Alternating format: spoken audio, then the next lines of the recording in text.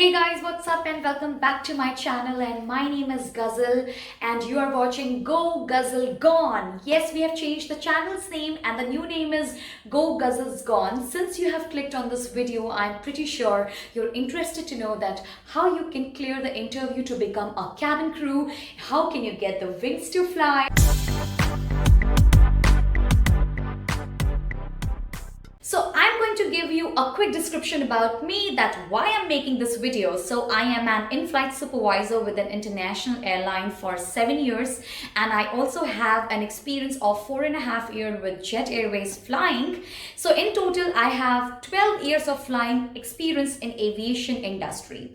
Along with that, I also make content on YouTube and Instagram regarding the travel experiences, exposure, makeup, styling, etc. So I was getting DMs on my Instagram that what the hell do I do that I get to travel across the world almost every alternate day. One day I'm in Germany, the other day I'm in Barcelona, Norway, Amsterdam, etc. and etc. And I also have made the travel videos. I will mention the link in the description so that you can go ahead and check it out.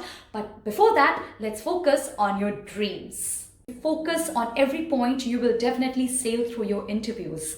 So categorically, I have divided it into two aspects. One is going to be a eligibility criteria of technical aspect, and the second is going to be a soft skill. So let's talk about both in details. So here are the bullet points of the technical aspect: age, height, tattoos or scars, and the educational qualification. Let's discuss about this in detail.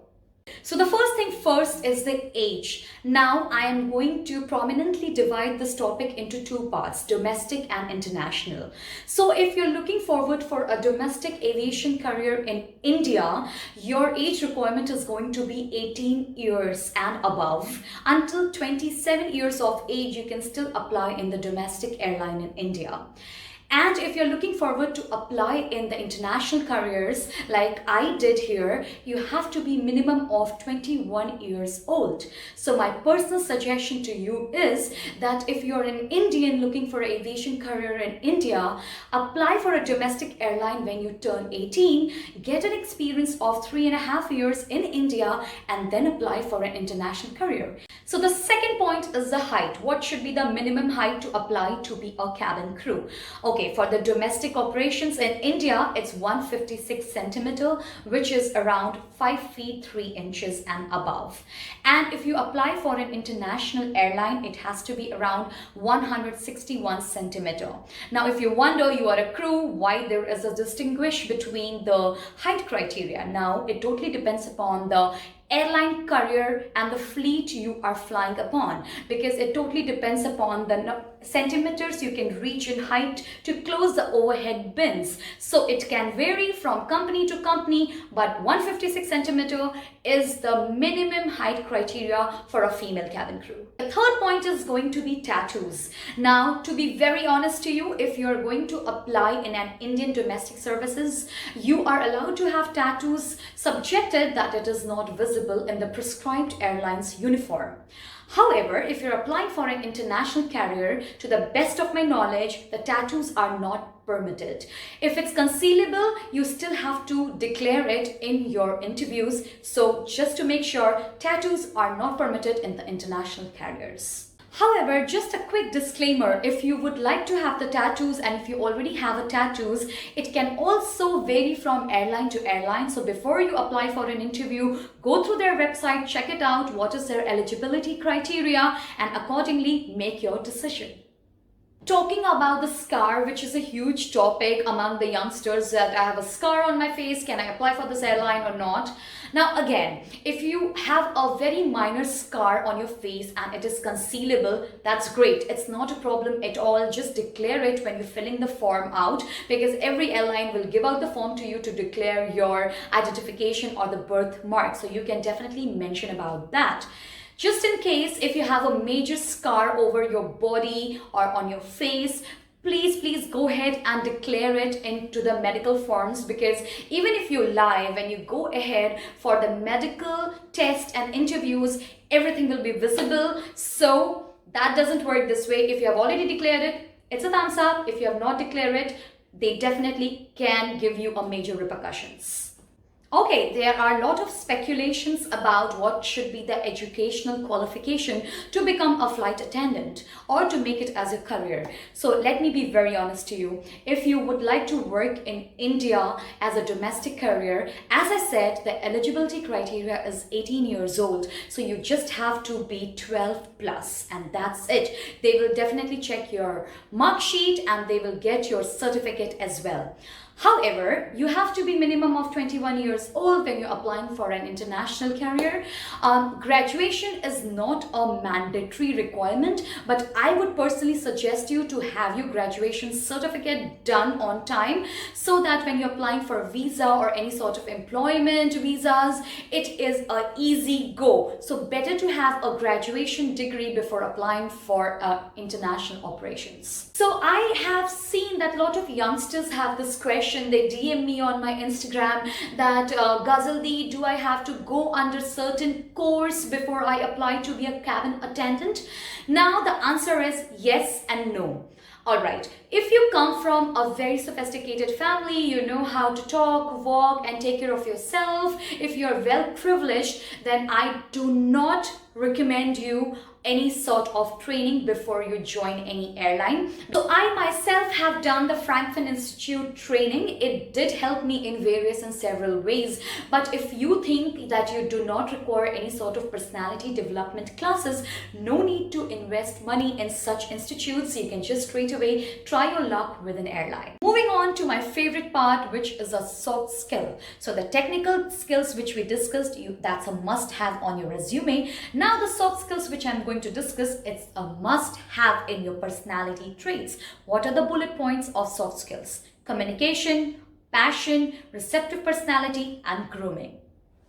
So when you hear the term communication, it's not only about talking as we all usually think. It's more about listening, which is a key to your communication.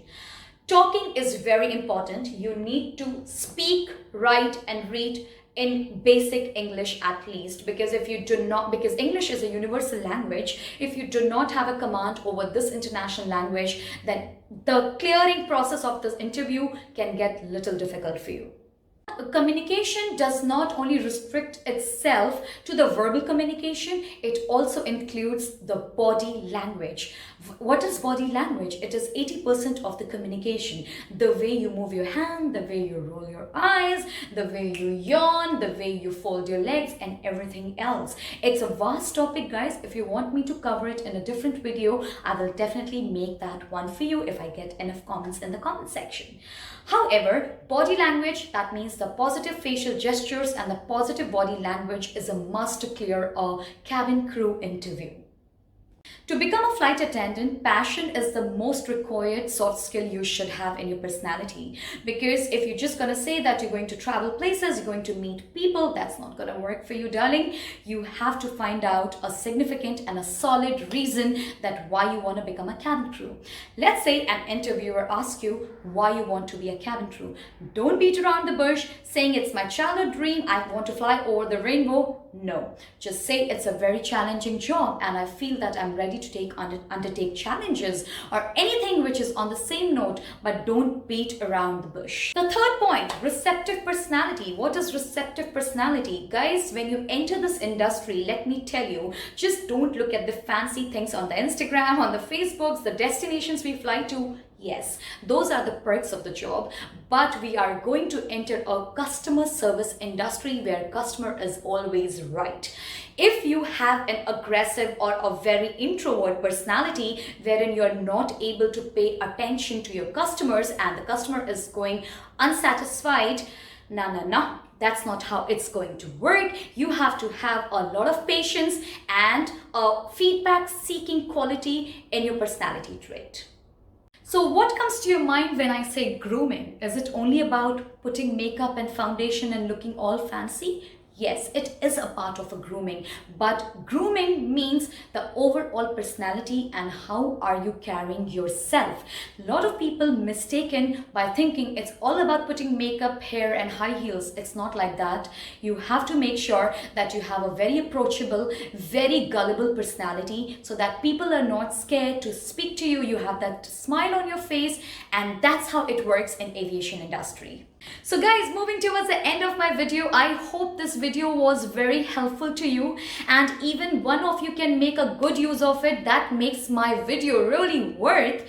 And to get more such entertaining videos, yes, I do make a lot of travel, exposure, having fun video. Please don't forget to like, comment, share and subscribe to my channel, and also do follow me on Instagram because there I do a lot of makeup, style feed, and also if there are any upcoming interviews, you will get to see it in my stories. So do not miss this opportunity out, which cost you nothing. Like, comment, subscribe. Bye, ciao, hasta la vista, take care of yourself.